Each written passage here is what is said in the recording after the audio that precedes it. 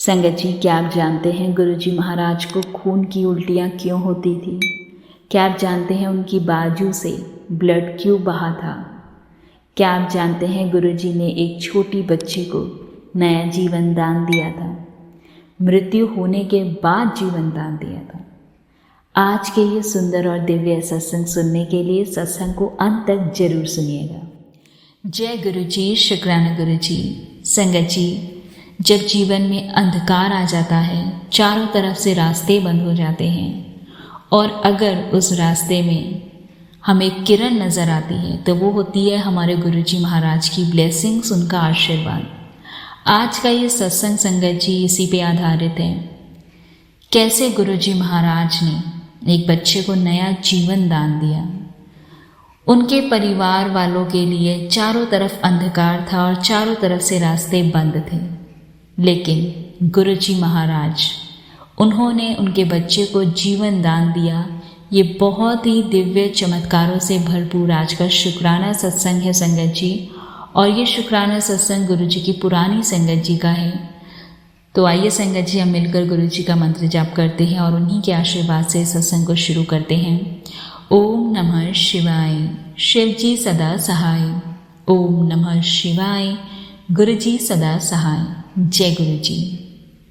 संगत जी, हमने गुरुजी महाराज की संगत के मुख से बहुत से सत्संग, बहुत से चमत्कार सुने हैं, उनकी लीलाएं सुनी हैं, उनका गुणगान सुना है। पर संगत जी, एक ऐसा अद्भुत सत्संग जो गुरुजी महाराज खुद अपनी संगत को अक्सर सुनाया करते थे। ये संगत जी गुरुजी की पुरानी संगत श्री रघुवीर अंकल जी को कौन नहीं जानता, सब जानते हैं। उन्होंने संगत जी गुरुजी की सेवा में 24 घंटे दिन रात बिताए हैं। वो बताते हैं संगत जी एक बहुत ही प्यारा सा खूबसूरत सत्संग जो गुरुजी अक्सर अपनी संगत को सुनाया करते थे। संगत जी, ये बात है 1978 की, और उस दौरान गुरुजी महाराज चंडीगढ़ में किसी सेक्रेटरी के वहाँ बैठे हुए थे और अचानक से संगत जी वो ड्राइवर को बोलते हैं कि गाड़ी को निकालो, और रास्ते में वो जा ही रहे होते हैं संगत जी, तो वो क्या देखते हैं कि कुछ लोग जा रहे हैं और एक वाइट कपड़े में लपेटे हुए बच्चे को वो लेकर जा रहे हैं। और अब गुरुजी महाराज वहाँ गाड़ी रुकवा देते हैं और वो सेवादार से कहते हैं कि इन्हें जाकर बोलो, रुकने के लिए कहो कि ये मेरे से मिले। तो संगत जी वो सेवादार जी कहते हैं कि गुरुजी कुछ ऐसा लग रहा है जैसे कि बच्चे की मृत्यु हो गई है और ये बच्चे को दफनाने ले जा रहे हैं। ऐसे में इनसे बात करना ठीक रहेगा क्या? तो संगत जी गुरुजी महाराज बोले, हाँ तुम जाओ, ठीक है, तुम जाकर कहो। फिर संगत जी सेवादार जी जाते हैं और उनसे कहते हैं कि हमारे गुरुजी हैं, वो है तो कम उम्र के लेकिन बहुत पहुँचे हुए संत हैं, आप एक बार उनसे मिलना, वो आपसे एक बार मिलना चाहते हैं, आप प्लीज़ मना मत कीजिएगा। और संगत जी जिनकी गोद में वह बच्चा होता है वो दूसरे बंदे को वो दे देते हैं और वो गुरुजी से मिलने आ जाते हैं। तो गुरुजी उन्हें देखकर कहते हैं कि क्या हुआ है बच्चे को? तो वो बताते हैं कि गुरुजी इसकी मृत्यु हो गई है, मात्र 2.5 साल की बच्ची है। तो संगत जी गुरुजी कहते हैं उसे एक बार मेरे पास इधर लेकर आओ। फिर संगत जी गुरुजी की आज्ञा अनुसार वो बच्चे को लेकर आते हैं गुरुजी के पास ही। तो गुरुजी संगत जी जो सफ़ेद कपड़े से सटा हुआ था बच्चा, उस कपड़े को हटाते हैं, फिर वो पानी मंगवाते हैं और पानी की ऐसी 2-3 छींटे वो बूंदे डालते हैं और कुछ मंत्र जो भी गुरुजी पढ़ते हैं ध्यान लगाते हैं संगत जी, और अचानक से एक चमत्कार होता है। संगत जी वो बच्चा रो पड़ता है और उसकी आवाज़ आने लग जाती है, उठ के बैठ जाता है। सब देख के हैरान रह जाते हैं कि कैसे एक बच्चे में जिसमें जान नहीं थी, जिसके घर वाले उसे दफनाने के लिए ले जा रहे थे, गुरुजी ने उसको जिंदा कर दिया, उसे ब्लेस कर दिया, नया जीवन दे दिया। तो संगत जी ऐसे हैं हमारे गुरुजी महाराज और उनकी लीलाएं।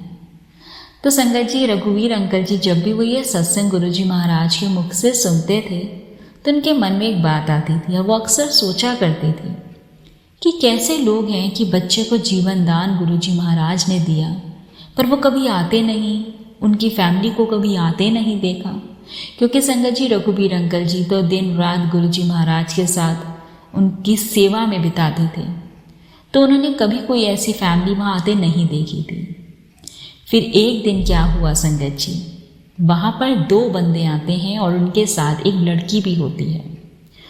वो देख रहे होते हैं कि कौन कहाँ बैठा है, यहाँ का क्या सिस्टम है, कहाँ गुरुजी बैठे हैं, क्या करना है, वो सब निहार रहे होते हैं। तो वो आकर संगत जी गुरुजी के पास खड़े होते हैं, तो गुरुजी उन्हें देखते ही कहते हैं कि तुम्हें समय मिल गया मेरे पास आने का।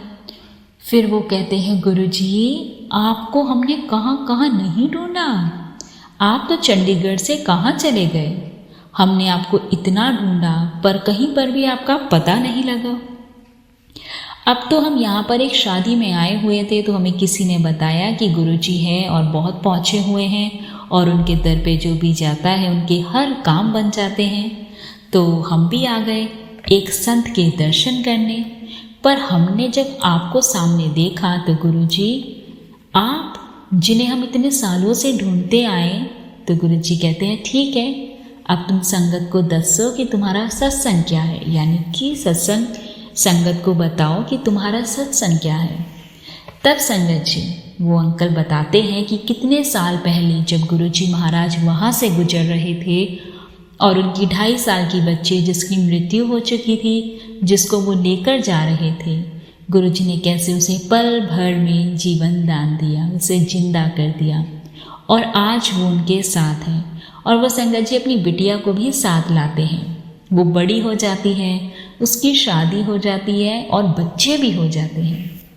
तो संगत जी पूरी संगत को जब वो सत्संग सुनाते हैं तो रघुवीर अंकल जी कहते हैं हाँ, आज जब वो लोग आ गए तो मैं कई बार सोचता था कैसे लोग हैं जो कभी गुरुजी का धन्यवाद या शुक्राना भी नहीं करने आए, कैसे उन्होंने एक बच्चे को जीवन दान दिया। संगत जी ऐसा कौन कर सकता है सिवाय भगवान के, परमात्मा के, कोई नहीं संगत जी, ये गुरुजी महाराज महाशिव ही कर सकते हैं। संगत जी जीवन दान सिर्फ भगवान दे सकते हैं। कितनी बार संगत जी गुरुजी अपने संगत का कष्ट अपने शरीर पे लिया करते हैं और कई बार तो संगत जी वो साफ साफ दिखता भी था। संगत जी गुरुजी महाराज तो बुला बुला कर संगतों को ब्लेस करते थे, उनका कल्याण करते थे। तो ऐसे गुरुजी संगत जी सबसे पहले हमारे कर्म देखते हैं और गुरुजी कहते हैं कि जिनके कर्म अच्छे हैं, जिनके कर्म चंगे हैं, उन्हें तो मेरे पास भी आने की ज़रूरत नहीं है, उनका तो मैं घर बैठे ही कल्याण कर देता हूँ। संगत जी गुरुजी को कुछ भी बताने की जरूरत नहीं पड़ती है, जिनके कर्म अच्छे हैं संगत जी तो गुरुजी उनका कल्याण खुद ही कर देते हैं। संगत जी एक बहुत ही प्यारा सा सत्संग एक अंकल जी का जो गुरुजी के दरबार में आते हैं। संगत जी उन्हें दौरे पड़ते थे, तो गुरुजी उन्हें देखकर कहते हैं कि तुम दरबार में आए हो, तुम कैसे आए हो? तो उन्होंने कहा मैं इंदौर से आया हूँ गुरुजी और मैं अकेला ही आया हूँ। तो गुरुजी बोले ऐसे दौरे अगर तुम्हें बीच रास्ते में कहीं पड़ जाते, तुम्हारी जान को खतरा हो जाता। तो संगत जी उन्होंने कहा कि तुम्हें मेरे पास आने की ज़रूरत नहीं है, तुम्हें तो मैं घर बैठे ही ब्लेस कर दूंगा। गुरुजी ने कहा फिर ना आई, और ये कहकर संगत जी उन्होंने उन संगत को भेज दिया। तो संगत जी वो कैसे भक्त हैं सोचो, वो गुरुजी को इतना याद करते हैं, दिन रात याद करते हैं। तो गुरुजी संगत जी ऐसे ही ब्लेस करते हैं अपनी संगत को कि जिनके कर्म अच्छे हैं, जो रब को दिल से याद करता है और कर्मों का अच्छा है, गुरुजी घर बैठे उनका कल्याण कर देते हैं। बस सच्चे मन से रब से 1 to 1 कनेक्शन बनाओ, उनको याद करो, फिर आपको अपनी तकलीफ बताने की भी जरूरत नहीं है, वो आपका कल्याण खुद ही कर देंगे। संगत जी एक और सत्संग बताते हैं अंकल जी कि एक दिन क्या होता है कि गुरुजी महाराज बैठे हुए थे और गुरुजी की सेवादार रघुवीर अंकल जी और उनकी वाइफ भी आसपास ही बैठे हुए थे। तो अचानक से संगत जी गुरुजी के जो बाजू है, बाजू में से खून बहने लग जाता है और वो ये देखकर हैरान हो जाते हैं कि एकदम से ब्लड कहाँ से आ गया। संगत जी वो देखते हैं कि गुरुजी के हाथ का जो नाखून है वो खड़ा हुआ है और उसमें से खून बह रहा है। तो उनको समझ नहीं आता। इतने में आंटी संगत जी जल्दी से अपने पल्लू का कपड़ा लेकर उसमें बांध देती हैं कि ब्लड ना निकले। और अंकल को ध्यान आता है कि हॉल में डॉक्टर बैठे हुए हैं। तो संगत जी अंकल तुरंत डॉक्टर के पास जाते हैं कि आप कुछ कीजिए, गुरुजी के ऐसे ऐसे बाजू में से ब्लड बह रहा है। संगत जी वो तुरंत अपने स्कूटर को उठाकर सारा सामान लेकर आते हैं। फिर वो गुरुजी की संगत जी पट्टी वगैरह करते हैं और दवाइयाँ भी देते हैं। एंटी एलर्जी लेनी है, एंटीबायोटिक लेनी है, ये वेन की है। तो गुरुजी कहते हैं मैंने दवाई नहीं खानी, तुम मुझे फोर्स ना करो, मैंने दवाई नहीं खानी। ऐसा कहते हैं गुरुजी कि मेरे को दवाई नहीं खानी, मुझे फोर्स मत करो। आंटी संगत जी फिर भी कोशिश करके घोल के और चीनी मिलाकर गुरुजी को, आपको कड़वी ना लगे दवाई तो आप ऐसे पी लीजिए। संगत जी गुरुजी तो बिल्कुल साफ मना कर देते। संगत जी भगवान आए हैं मनुष्य शरीर में, तो वही दर्द जो हमें होता है वही उन्होंने सहन किया। तो कैसे संगत का कष्ट वो अपने ऊपर ले लिया करते हैं संगत जी। और आप देखिए ना वो दर्द, आप कहीं भी शरीर में अगर नेल उखड़ जाता है कितना दुखता है। तो गुरुजी कई दिन दर्द में रहे और अगले दिन रघुवीर अंकल जी से कहते हैं कि हमने संगत को नहीं बुलाया, क्योंकि संगत आएगी ना तो वो बार बार पूछेगी गुरुजी क्या हुआ, और गुरुजी यही आंसर देते रहेंगे। तो अगले दिन गुरुजी कहते हैं क्यों संगत की नहीं आई आज जो, तो बताते हैं कि गुरुजी हमने उनको मना कर दिया। तो गुरुजी कहते हैं चलो ये तुमने ठीक किया जो संगत नहीं आई। अब कई दिन हो जाते हैं संगत जी और गुरुजी का जो नाखून है वो ठीक हो जाता है। तो संगत जी और एक दिन मौका देकर श्री रघुवीर अंकल जी गुरुजी से पूछते हैं कि गुरुजी ये नाखून आपने खुद जानबूझकर उखाड़ा है। तब गुरुजी उनकी तरफ देखते हैं और समझ जाते हैं कि इसको पता चल गया है। कहते हैं तुम्हें याद है इंदौर से एक लड़का आता था, उसे फिर से दौड़ पड़ते थे, तो मैंने उसे कह दिया था कि तुझे मेरे पास आने की ज़रूरत नहीं है, तुझे तो मैं घर बैठे ही ब्लेस कर दूंगा। अब ना उसका वो मुझे बहुत याद कर रहा था कई दिन उसे, तो अब मेरे से रहा नहीं गया कि उसका जो कष्ट है ना उसका मुझे कुछ ना कुछ निवारण करना ही होगा। तो मैंने जब उसकी कर्मों की कैलकुलेशन करी तो उसमें यही निकला कि उसके कर्म कट जाएंगे अगर मैं अपना नाखून उसे दे दूँ तो। संगत जी गुरुजी महाराज ने खुद अपना अंगूठा ऐसे करके और नेल निकाल दिया। जिस बंदे की संगत जी जिस बंदे को फिट्स यानी दौरे पड़ते थे वो तुरंत ठीक हो गया। तो कौन है ऐसे, केवल एक भगवान, एक सच्चे परमात्मा, ऐसा कोई नहीं कर सकता। कैसे संगत का कष्ट गुरुजी अपने ऊपर ले लिया करते हैं। संगत जी वो जो इंदौर वाले अंकल या भैया जो भी थे, आप देखिए ना संगत जी वो गुरुजी को याद कर रहे थे। सच्चे मन से पुकारो तो संगत जी रब तक आवाज़ पहुंचती है। और जब आपके कर्म अच्छे होना संगत जी तो रब आपके कष्ट अपने ऊपर ले लेते हैं। इसलिए कहते हैं संगत जी अपने कर्मों को अच्छा रखो, अपने कर्म गंदे मत करो, क्योंकि हमारे गुरुजी महाराज हमारे कष्ट अपने ऊपर लेते हैं, वो हमारी पीड़ा को सहन करते हैं। संगत जी प्लीज़ अपने कर्मों को चंगा रखो। गुरुजी महाराज हमारे कष्ट अपने ऊपर लेते हैं, वो कितना सहन करते हैं। तो संगत जी गुरुजी कहते हैं तुसी मैनू याद करो ते मैं तुहाडे काम ना आवां, इंज हो ही नहीं सकता। यानी कि तुम मुझे याद करो, मुझे पुकारो और मैं तुम्हारे काम ना आऊँ, ऐसा कैसे हो सकता है। तो संगत जी गुरुजी की याद में रहा करो, गुरुजी से आपके हर काम बन सकते हैं। पर हमारी याद संगत जी, हमारी पुकार जो है ना वो सच्ची होनी चाहिए, हमारे कर्म अच्छे होने चाहिए, हमारे भाव चंगे होने चाहिए, सेल्फिश नेचर नहीं, बिल्कुल भी नहीं। कैसे संगत जी वो भक्त गुरुजी को याद करते और गुरुजी घर बैठे ही उन्हें ब्लेस कर देते। हमें फिर संगत जी कुछ बताने की जरूरत नहीं पड़ती, ना हमें अब कुछ शब्द ही नहीं बचते संगत जी। किन शब्दों में हम वर्णन करें, महिमा बताएं अपने गुरुजी महाराज की। वो तो परमात्मा है, साक्षात महाशिव है। वो हमारे मन की हर एक बात को पढ़ लेते हैं। जो बात हमें भी समझ में नहीं आती और मन और दिमाग में होती है ना, वो भी महाराज को समझ आ जाती है, जिसमें हमें समझने में समय लग जाता है। संगत जी, कितनी बार ऐसा होता था, और रघुवीर अंकल जी तो खुद इतने दिन रात उनके सेवादार रहे हैं, उन्होंने सब देखा है गुरुजी कैसे कैसे कष्टों को सहन करते थे। क्योंकि संगत जी मनुष्य रूप में आए हैं और हमारा जैसा शरीर रूप उन्हें मिला है, तो जब भी कष्ट आते थे तो वो पूरी पीड़ा जैसे हम सहन करते हैं वो भी उसी प्रकार सहन करते थे। और अपने ऊपर जो भी वो दर्द लेते थे, कष्ट देते थे, खुद के लिए तो संगत जी वो कुछ भी नहीं कर पाते थे ना। वो कष्ट लेकर भी हमारे संकटों को, हमारे कर्मों को काटते थे। संगत को ही कहते थे कि मेरे लिए दुआ करो। गुरुजी भी गुरुवाणी सुना करते थे संगत जी।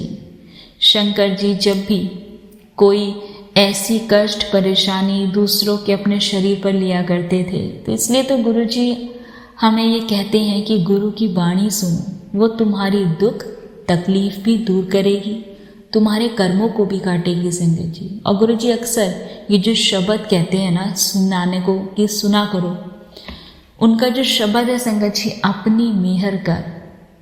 जब भी आप परेशानी में होते थे ना, वो यही सुना करते थे।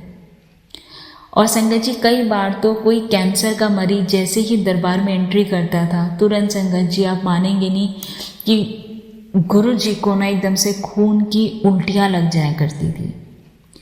एक एक बार नहीं संगत जी, दो तीन बार। एक आंटी जो गुरुजी के दरबार में आती हैं, वो कहते हैं कि गुरुजी उन्हें देखते ही गुस्सा करते हैं। तो मुझे कितनी बार मैसेज भेजा है, तो क्या अब तक के भेजा है, क्यों अब तक नहीं आई। 4th स्टेज का कैंसर होता है, छोटे छोटे बच्चे होते हैं और गुरुजी उन्हें ऐसे फटकार लगा के वहाँ से भेज देते हैं। वो रोती हुई चली जाती है संगत जी। और उनके जाने के तुरंत बाद गुरुजी को एकदम से तो 3-4 दिन तक खून की उल्टियाँ लगी रहती। गुरुजी की इतनी ज़्यादा हालत ख़राब हुई और पता चला कि आंटी का 4th स्टेज का कैंसर था, जो गुरुजी महाराज ने ठीक कर दिया। तो जितनी भी संगत गुरुजी की सेवादार थी, वो हैरान थी कि गुरुजी कैसे अपने संगतों का कष्ट एक साथ अपने शरीर पर ले लेते और धीरे धीरे करके वो कष्ट काटते। तो गुरुजी कहते हैं उसके बच्चे छोटे छोटे हैं, उसके पास टाइम बहुत कम था, 4th स्टेज कैंसर था, उसकी जान कभी भी जा सकती थी। अगर मैं ऐसा नहीं करता तो उसके बच्चे रुल जाने से कौन संभालता उसे। तो संगत जी एक परमात्मा जो हमारे बारे में इतना सोचते हैं कि हम उनके लिए कुछ नहीं कर सकते। संगत जी हम कुछ नहीं कर सकते। गुरुजी ने बस यही कहा है सभी संगत को, सबको यही कहते हैं कि कर्मों को चंगा रखो, मनु याद करो। यही तो काम करना है संगत जी, हमें कर्मों को अच्छा रखना है, रब को याद करना है, उनका नाम जपना है, सिमरन करो, उनके दिखाए रास्ते पे चलो संगत जी। संगत जी हमें ना कभी किसी का बुरा नहीं करना चाहिए, हमें हर पल अपने प्रभु को, अपने महाराज को याद करना चाहिए। जब भी आप किसी कष्ट में, परेशानी में आते हो तो अपने रब को सच्चे मन से याद करके देखो। संगत जी वो किसी न किसी रूप में वो हमारी सहायता करने जरूर आते हैं। और संगत जी गुरुजी महाराज तो साक्षात प्रकट हो जाते हैं। आज भी संगत जी जब वो फिजिकल स्वरूप में नहीं है, आज भी अगर आप अपने रब को सच्चे मन से याद करो ना, वो सच में संगत जी आपके सामने प्रकट हो जाते हैं।